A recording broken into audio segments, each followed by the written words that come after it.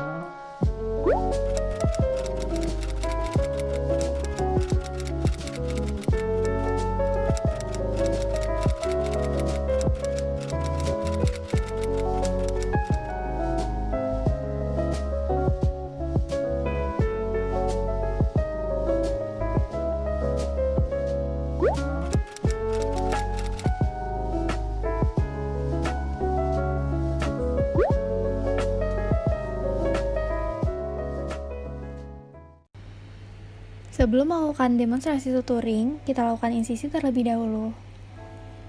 Di sini saya menggunakan surgical blade nomor 15. Kemudian ambil menggunakan needle holder dan sematkan pada scalpel. Di sini saya gunakan scalpel nomor 3. Scalpel dipegang dengan teknik pen grasp atau seperti memegang pulpen untuk kontrol maksimal blade pada saat insisi. Kemudian, kita lakukan insisi dengan kemiringan kurang lebih 45 derajat dengan tetap mempertahankan blade pada satu garis tanpa terputus-putus.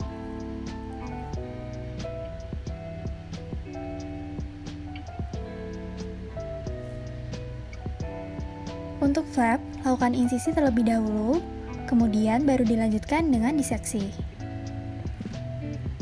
Di sini terdapat dua contoh desain flap, yaitu flap triangular dan juga flap trapezoid.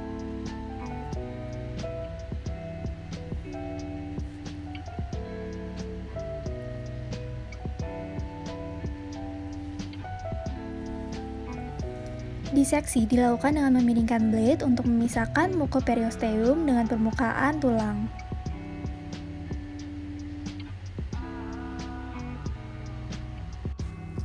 Lakukan diseksi hingga mukosa dapat terangkat seperti ini.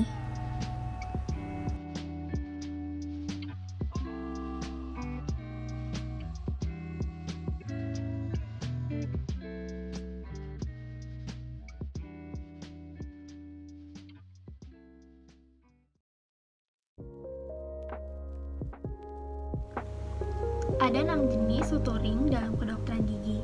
Yang pertama adalah simple interrupted, kemudian continuous locking, continuous unlocking, matrix horizontal, matrix vertikal, dan yang terakhir adalah figure 8. Jenis suturing yang paling sering digunakan dalam kedokteran gigi adalah simple interrupted karena tekniknya yang mudah, sederhana, dan juga hasil jahitannya yang kuat.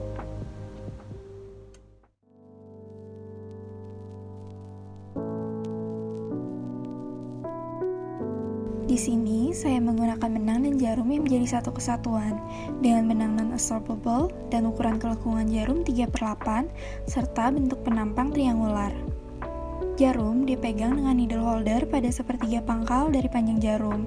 Cara memegang needle holder yang benar adalah dengan menggunakan ibu jari dan jari manis yang dimasukkan ke dalam loop dan jari telunjuk dan jari tengah sebagai stabilisatornya.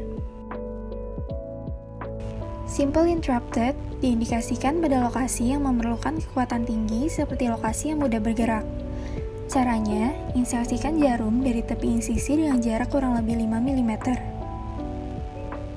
Kemudian keluarkan jarum dari lokasi insisi dan masukkan kembali ke sisi lainnya.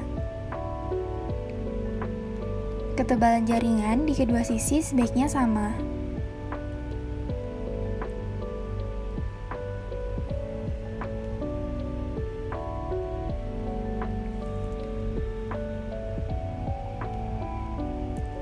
Setelah itu, lakukan simpul, yaitu surgical knot, dengan cara putar 2 kali searah jarum jam, 1 kali berlawanan arah, dan 1 kali searah jarum jam.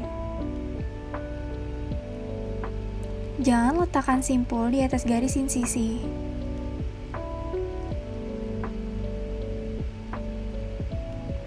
Kemudian, potong benang yang berlebih kurang lebih 1 cm. Jangan mengikat terlalu kencang karena dapat menyebabkan iskemia. Simple interrupted memiliki keuntungan yaitu hasil jahitan yang kuat. Apabila salah satu jahitan longgar atau terputus, maka tidak akan mempengaruhi jahitan lainnya. Kemudian memiliki potensial rendah dalam menyebabkan edema dan kerusakan sirkulasi kulit. Namun memiliki kekurangan yaitu waktu penjahitan yang lama dan berpotensi meninggalkan bekas jahitan yang berbentuk seperti rel kereta api.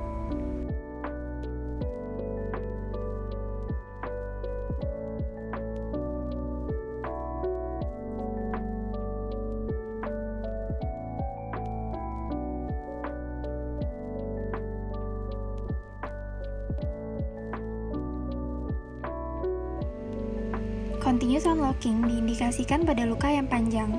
Untuk awal jahitannya dilakukan dengan teknik simple interrupted dan dibuatkan simpul. Keuntungan teknik ini adalah waktu pengerjaannya yang cenderung cepat, dapat menutup luka dengan baik, dan menghasilkan tegangan yang merata di sepanjang luka. Namun memiliki kekurangan apabila salah satu jahitan rusak, maka seluruh jahitannya juga akan rusak.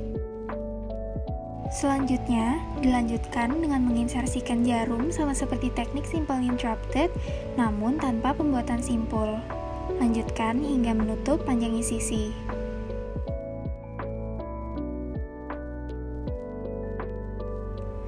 Pembuatan simpul dilakukan dengan memanfaatkan loop yang terbentuk dari simpul sebelumnya.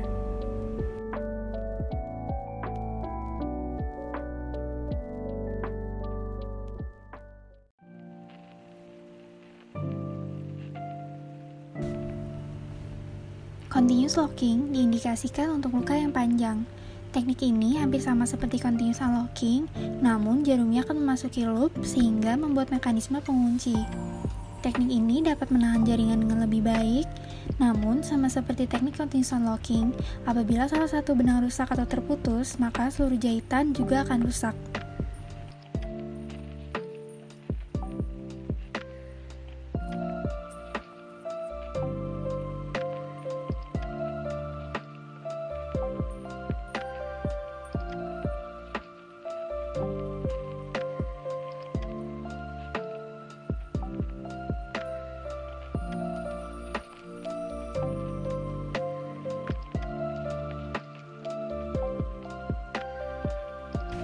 Horizontal mattress suture diindikasikan untuk penutupan rongga kista, pasca pencabutan, mendukung implan setelah pemasangan, dan lain-lain.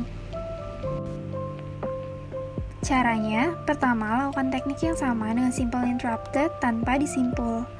Kemudian, jarum selanjutnya dimasukkan mulai dari sisi berlawanan sejajar dengan titik insersi jarum pertama. Setelah itu dilakukan simpul. Keuntungan teknik ini menghasilkan jahitan yang kuat, namun memiliki kelemahan yaitu dapat menghambat aliran darah ke tepi luka.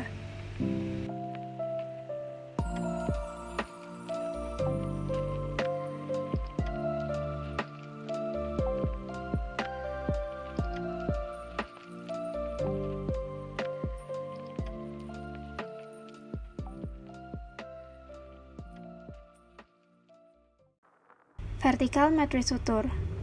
Caranya, lakukan insersi jarum sehingga membuat jahitan yang kecil dan dangkal. Setelah melakukan insersi jarum pada kedua sisi insisi, lakukan insersi jarum kembali dengan membuat jahitan yang lebih besar dan dalam.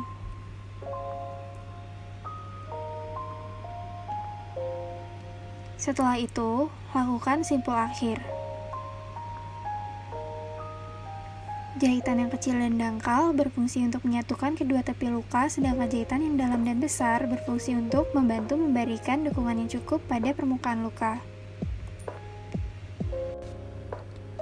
Penambahan insersi jarum yang kecil dan dangkal di dekat tepi garis insisi dapat mempercepat proses penyembuhan luka karena jahitan ini membantu merapatkan kedua sisi tepi luka. Sedangkan kekurangannya, teknik ini memerlukan waktu pengerjaan yang cukup lama dan lebih banyak cross mark yang terbentuk.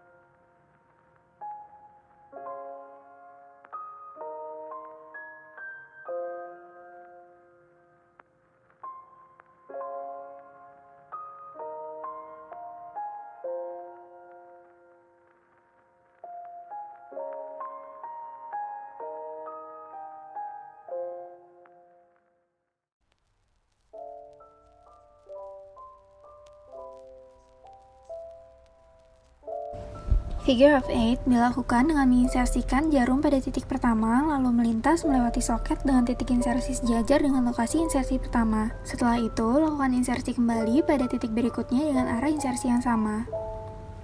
Lalu, lakukan penyimpulan. Teknik ini berfungsi untuk mencegah keluarnya blood clot dari soket, karena apabila ini terjadi, maka dapat menyebabkan dry socket pada pasien.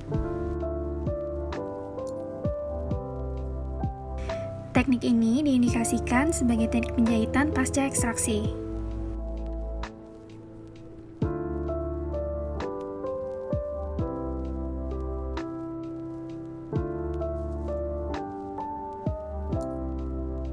Triangular flap di sini menggunakan teknik simple interrupted suture. Flap ini memiliki satu sudut di mana sutur pertama diletakkan dari mukosa bergerak ke mukosa tidak bergerak. Kemudian lanjutkan hingga seluruh insisi terjahit dengan yang dikuat. Triangular flap diindikasikan untuk pencabutan gigi dengan pembedahan, bedah periapikal terutama pada regio posterior, bedah periradikular, dan lain-lain.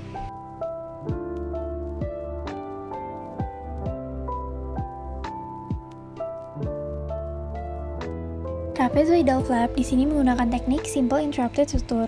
Flap ini memiliki dua sudut dan terdiri dari dua insisi vertikal dan satu insisi horizontal. Sutur awal dilakukan pada setiap sudutnya dan dilakukan dari mukosa bergerak ke mukosa tidak bergerak. Trapezoidal flap diindikasikan untuk melakukan ekstraksi gigi yang cukup banyak, terutama ketika flap triangular tidak memungkinkan untuk mendapatkan akses yang cukup.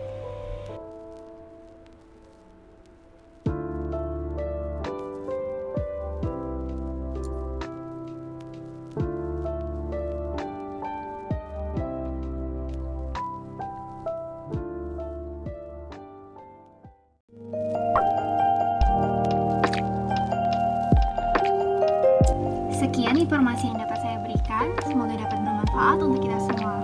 Akhir kata, saya ucapkan terima kasih.